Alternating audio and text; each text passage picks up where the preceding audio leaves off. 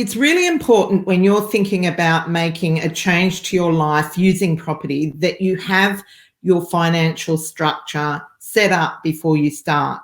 You're listening to the She Renovates podcast. You're listening to She Renovates, the podcast for women who want to renovate to create an income and a life they love.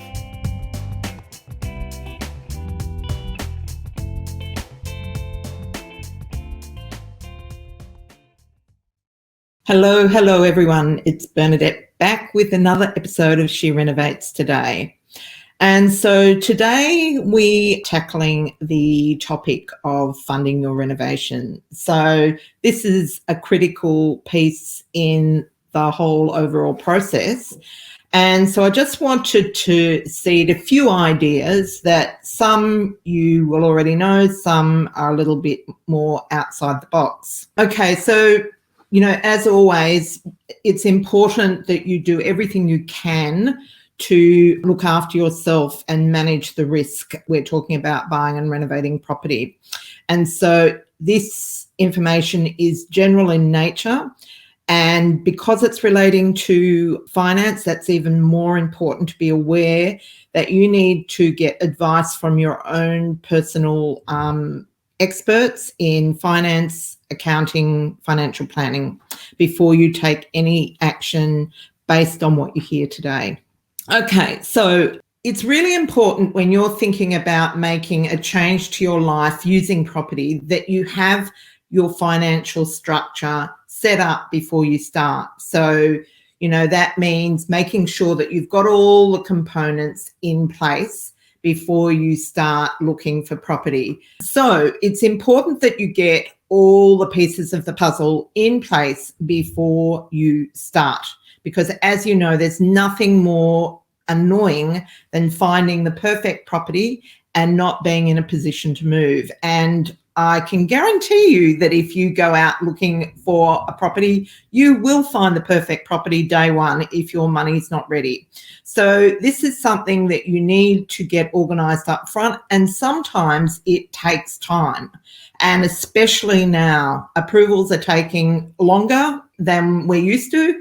And so this is an important piece of puzzle. So the first model I'm talking about is the traditional model. So this is what Stephen and I have used forever. And so what we have is some sort of facility for the cash that you need in a project. So to cover the deposit, the buying costs, the holding costs, sometimes even the selling costs. Usually we don't, but yeah. So you need some cash, and that can be anything from 30% of the value of the property upwards. Okay, so depending on the scope, how long you're holding it for, all that sort of thing is, you need to factor that in, and that comes out in your feasibility. But then the other thing that you need is an investment loan. So, and that will be say 80%, but sometimes, you're finding it hard to get the deal over the line or get the money together. You might go for a 90% LVR. Now, of course, that brings in other implications like lender's mortgage insurance and so on. So obviously, I'm just touching on this today. I'm not going to go into detail. But one thing you should know is that there are some professions that are not required to have lender's mortgage insurance. So it's a really good idea to look that up and find out if that relates to you, because that will mean that you can have a higher LVR. And for those who don't know, LVR means loan to value ratio. So the relationship between the loan and the value of the property. Yeah, so you can have a higher LVR, which basically means you can have less cash. And so that's the model we've used a lot of the time, not all the time, but a lot of the time. So we have a facility with some cash in it and then get a loan as well. So that's pretty typical. A lot of renovators use this strategy. I guess the main thing to say is make sure that you get those facilities set up before you look. And let's say, because a lot of our renovators are looking at not working any longer, you might be looking at retiring, or you might be looking at just, cutting back your hours and sort of gradually moving out of your work, then you want to really think about how you're going to maintain those facilities when you stop working. So a little bit of work in before you actually stop working will pay off in spades. I shouldn't say you can, but there is a process to go through to build up a history as a renovator for profit to be able to borrow using the income that you get from your renovating, but it takes time. So I guess the name of the game is planning. So that's the first model. Okay, so the second model is one that you probably know too, and that is a joint venture. And so you can have, one joint venture partner, or you can have several joint venture partners. Last year I did a project where I had 14. And so, one provides the investment loan, one provides the cash. You work out who's going to do the project between you, and off you go. Important with that model to make sure you get it set up properly in terms of you need to have a legal structure, and you also need to have an agreement that overarches that legal structure that is legally binding, because joint ventures are like getting married. And occasionally I think, oh, maybe I'm being over the top with this, but sorry, no, that's exactly what it's like. I know this because I see the back end of lots of joint ventures. So when you get married, you have a funny honeymoon phase and everything's wonderful, and there couldn't be possibly something that would go wrong with it. But as time goes on, things begin to get on your nerves, and you will find there will be times in your project when you don't like your other partner very much. So it's really important to be aware of that before you go into it and make sure that you plan for it. I always say, if you come across conflict in a joint venture, work your way through it. Don't go down the legal path, because I can guarantee you that nobody wins. So just work your way through it to the end and then change the structure for the next joint venture. But when you get a joint venture process that works and works well, it's pure music. It enables you to go and do projects together and have the capacity of 2 or more people, not just your own. So it gives you a lot of leverage. And I think it's a bit like 1 + 1 doesn't equal 2, it equals 3 or 4. You get exponential leverage as a result of that. Really important, once again, to have your specialists helping you with that. Do not skimp on the documentation, because it will come back and bite you. And so on.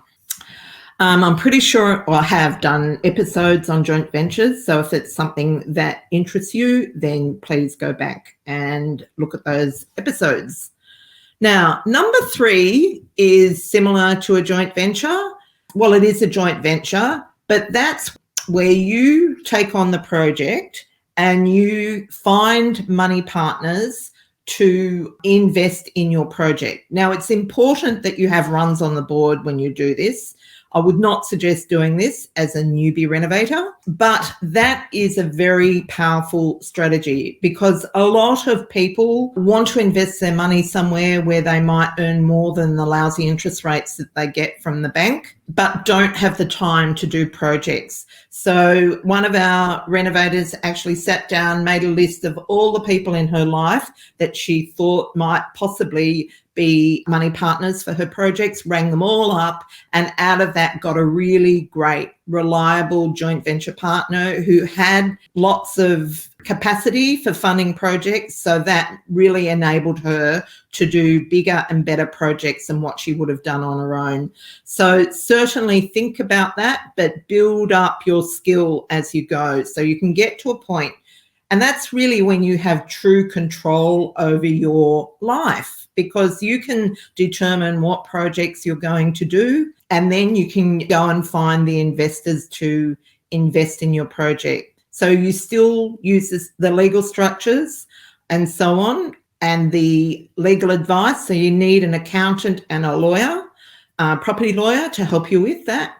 But it's once you get that structure set up, then you sort of got the license to print money. So number 4, so this is something that may come up more now because the property market's slowing down. It's never a good strategy when it's buoyant, but that's vendor finance. So that's when the vendor leaves some or all of the money usually it's some, not all of it, in the property, and you structure a payment plan. So you're not getting finance from a bank. The owner is actually financing the project. Now, as I said, it's never preferable for the vendor, because when they list a property to sell, they want to get it sold and get it sold now. But when the market's cooler, then when they're finding it harder to sell their properties, often it can be a win-win. Now, once again, you need to use a lawyer to help you navigate that, because there are lots of things that you need to think about, like when do you get your name on the title? If you're paying for it, when does that get your name on the title? When do you need to pay out the balance of it? So working out the terms of the finance and making sure that your interests are looked after. I have a friend who's done a few of these projects, and basically what he does is buys properties that are suitable for Airbnb. And because he's in business, he finds getting finance difficult. And so I think he's on his third, and he sort of buys it on vendor finance and then builds up the earning capacity of the properties to be able to get finance on it and then own it in his own right. And so the most recent project that he bought, to my knowledge, I haven't been talking to him for a while, was a vineyard in the Hunter Valley.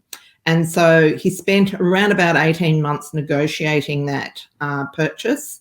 And of course, once he got it, he was able to build the income of the property up and build the capacity to pay for it.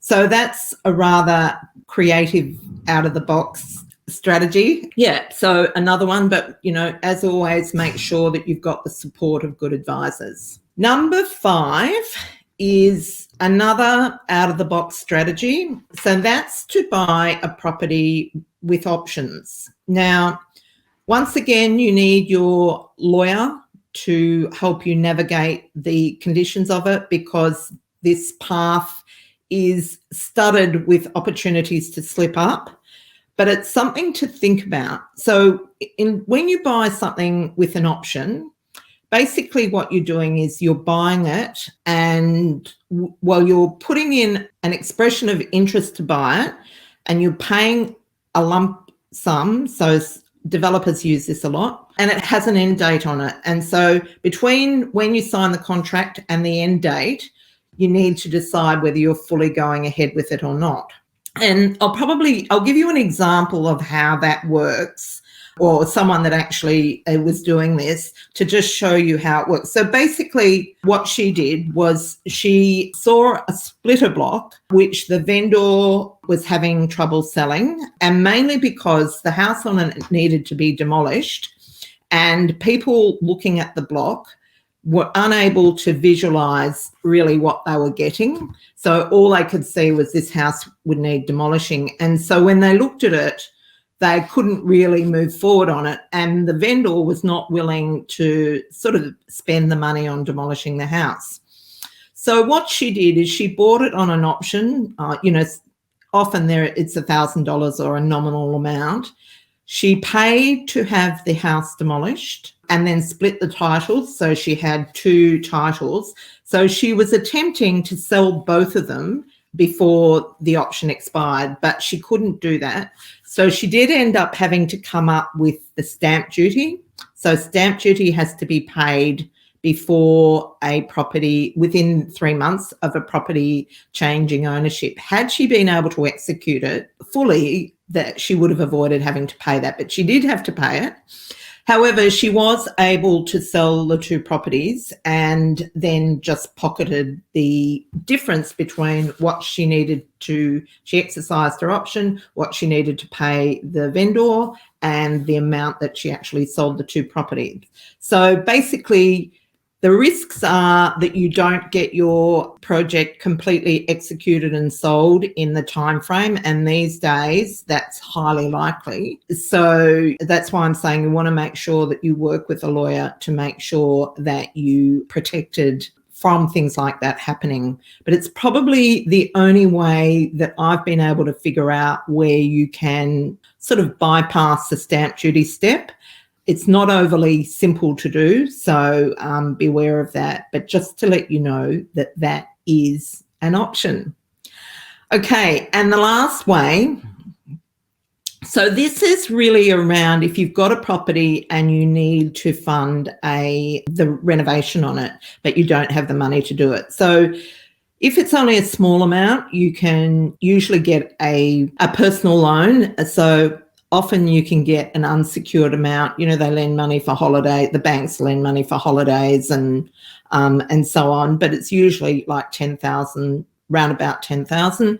The second way is if you've got a credit card with a big limit, then sometimes you can just do it through your credit card. And the third way is there are some funding sources that will actually lend you money to finish a project.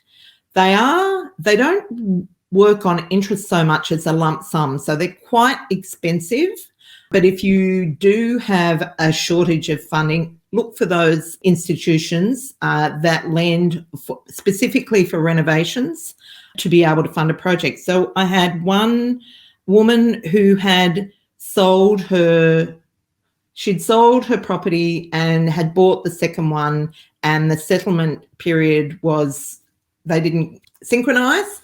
And so she had a period of time where she didn't have the money to settle. So she went to one of those organisations, got the money. I think it cost her about $40,000, but it was a few $1 million for this couple of weeks. And that actually got her over the line, because risking not settling can cost you a massive amount of money. And for her, that was worth doing. And the last way, number 7, which I haven't included a 7th point in here, but I thought I'd just add a 7th one, is there are private investors around or private borrowing organisations, and you can borrow money privately for between 8 and 20%.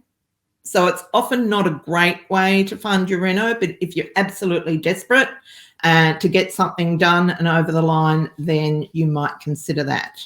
Don't forget to book your tickets to She Renovates Live.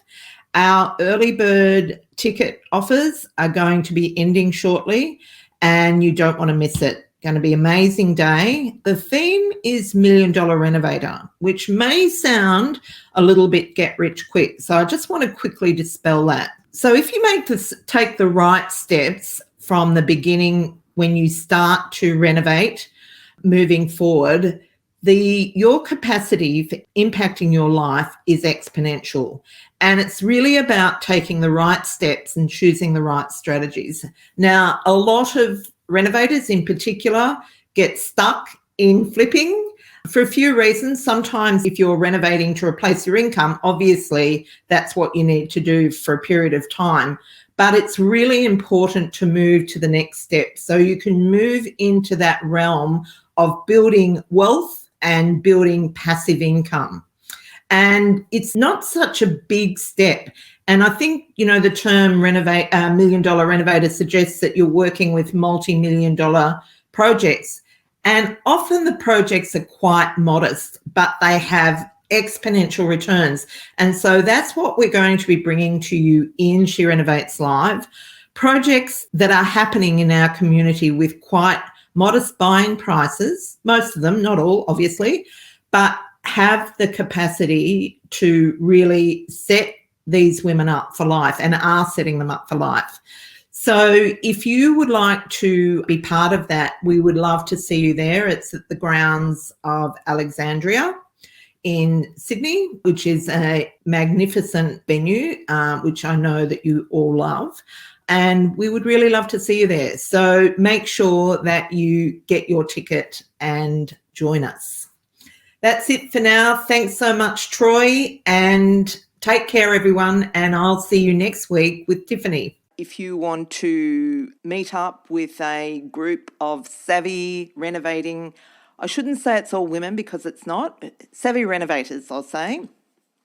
Come over and join She Renovates. It's completely free Facebook group and it is growing at the rate of knots. We hit 1,000 members just recently and now it seems to have picked up momentum. And so they are all savvy renovating women and men that are working their little hearts out to live a better life through renovating.